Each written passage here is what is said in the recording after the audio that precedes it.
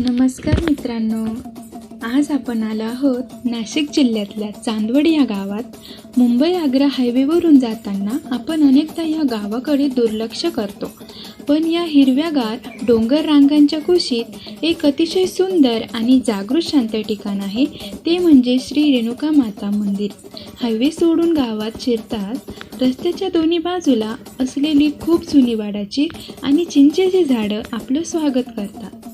चांदवड गावात आल्यावर हायवेपासून साधारणतः 3 किलोमीटर अंतरावर हे मंदिर आहे. मंदिराकडे जाताना आपल्याला अहिल्यादेवी होळकर यांचा ऐतिहासिक रंगमहाल वाडा दिसतो.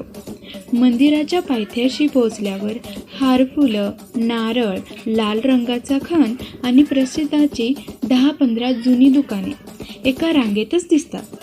इथे प्रसादात साखरेच्या गाठी आणि फुटाणे मिळतात.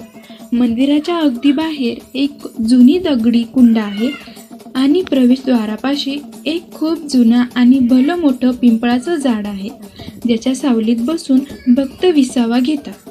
या झाडाच्या सावलीमुळे मंदिराच्या परिसरात प्रचंड गारवा असतो. वाऱ्याने जेव्हा या झाडाच्या पानांची सळसळ होते तेव्हा तिथे खूप शांत आणि मन प्रसन्न वाटतं. मंदिराच्या प्रवेशद्वारासमोर काळ्या दगडाची बांधलेली एक भव्य आणि उंच दीपमाळ आहे आणि आपलं लक्ष वेधून घेते.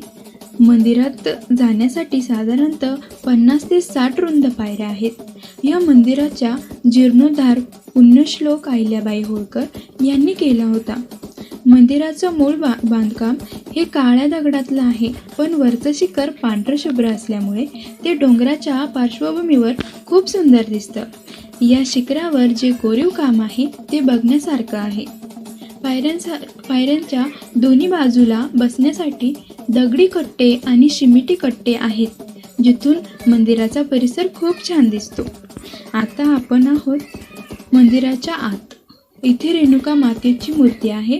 ती शेंद्री रंगाची आणि खूप प्रसन्न आहे आणि ही मूर्ती कुणी बनवलेली नसून ती स्वतःहून प्रकट झाली आहे. मूर्तीसमोर एक दिवा आहे. तो कधीच विझत नाही. तो रात्रंदिवस सतत जळत असतो. असं मानलं जातं की देवानं म्हणजेच भगवान परशुरामांनी स्वतः आपल्या आईची रेणुका मातेची या ठिकाणी स्थापना केली होती.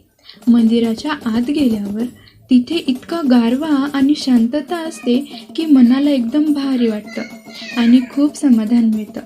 मंदिराच्या अगदी मागे जो हा चंद्रेश्वर डोंगर आहे त्याचा आकार अर्ध्या चंद्रासारखा आहे आणि त्यातूनच या गावाला चांदवड नाव पडलं. मित्रांनो, पावसाळ्यात हा चंद्रेश्वर डोंगर पूर्णपणे हिरवागार होतो.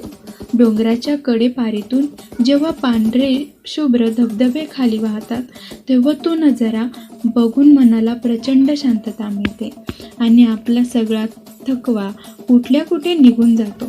तर मित्रांनो, रोजच्या धावपळीतून थोडा वेळ काढून जर तुम्हाला मनाच्या शांततेसाठी कुठं जायचं असेल तर चांदवडच्या रेणुका माता मंदिरात नक्की या. आईचं हे रूप आणि इथला परिसर तुम्हाला नक्कीच एक वेगळी ऊर्जा देईल. हा व्हिडिओ बघून तुमचं मन प्रसन्न झाले असेल तर लाईक करा आणि आपल्या चॅनलला सबस्क्राईब करायला विसरू नका. धन्यवाद.